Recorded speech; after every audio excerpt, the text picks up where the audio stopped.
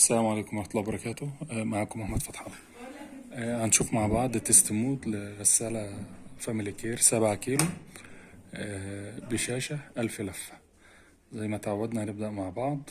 هنشغل الغسالة، بعدين ندوس ستارت والديلي ستارت الاتنين مع بعض، بس لازم يبقى بسرعة بعد ما تشغل البقرة. ندوس الاتنين دول مع بعض كده. الوضع دخل التست مود. لازم تعمل معانا كده الشاشة عشان تبقى كده دخل التست مود. هي بتعمل اختبار لكل الليدات اللي موجودة في الشاشة. بعد كده نبتدي نحرك التست مود من البقرة. هتبتدي تسحب في أول خانة. لازم هتختبر معايا ال3 خانات دول. فهي بتسحب معايا في أول خانة، بعد كده نحرك تست مود، تسحب معانا في الخانة التانية، نبتدي نحرك البقرة هتسحب معانا في الخانة التالتة. يبقى هي كده اختبرت الصمام في ال3 مراحل دول. تمام. طبعا هنستنى لحد ما تسحب شوية مية زي ما احنا شايفين كده، السخان يتغطى معانا ونبتدي نحرك تاني. في مراحل في التست مود ما بتعملش اي حاجة، زي المرحلة اللي احنا نقلناها دلوقتي. ننقل كده، سمعنا الريلي بتاع السخان، بتسمع التكة بتاعته ان هو اشتغل، يبقى كده تمام. بعد كده ننقل C8 كده. الغسالة هتلف وتختبر معايا الموتور، تلف لفة ناحية اليمين وبعدين ترجع بسرعة 250 لفة ناحية الشمال زي ما احنا شايفين، وبعدين تروح واقفة. بعد كده احرك تاني تيست مود كده. C9 هتبتدي الترومبة تشتغل معايا تطرد. بعد كده العصر تخش معايا عصر. تمام. وده يبقى اخر مرحلة في التيست مود اللي هو الطرد والعصر. هي هتخش معايا عصر بعد ما تخلص طرد زي ما احنا شايفين.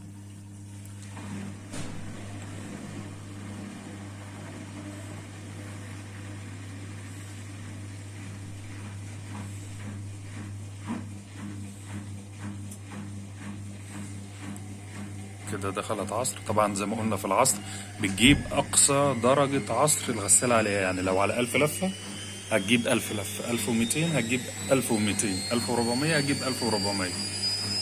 هنا هتوصل معايا زي ما احنا شايفين المؤشر كده 650.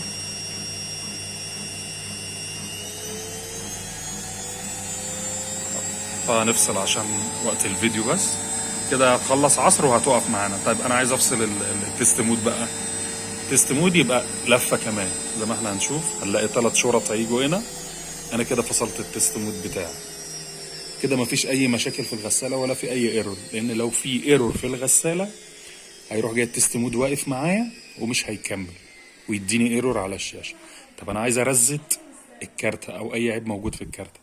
هدي لفة كمان بعد ما قفلت كده، جايبالي E13 زي ما احنا شايفين. ادي اخر التست مود اهو معايا 3 شرط دول. عايز ارزت الكارتة بقى، ادوس كده او الف كده لفة، هتجيب معايا الايرور اللي متخزن. الايرور ده متخزن في ذاكرة الكارتة. انا عايز امسحه بقى. نفس الزرارين اللي دخلت بيهم التست مود اللي هو الديلي ستارت والستارت، اروح دايس عليهم زي ما احنا شايفين لحد ما تجيب E00. يبقى انا كده عملت ريزيت للكارتة ونضفت الذاكرة بتاعتها ومسحت اي اعطال موجودة فيها. يبقى انا كده خلصت التست مود بتاعي. افصل واشغل تاني عادي. طيب في ملحوظة برضو، دايما بعد كل تيست مود لازم بتجيب لي العلامة دي ELE. كده الغسالة مش شغالة او الوضع ده مش شغال. لو جابت لي ELE يبقى افصل تاني وارجع اشغل.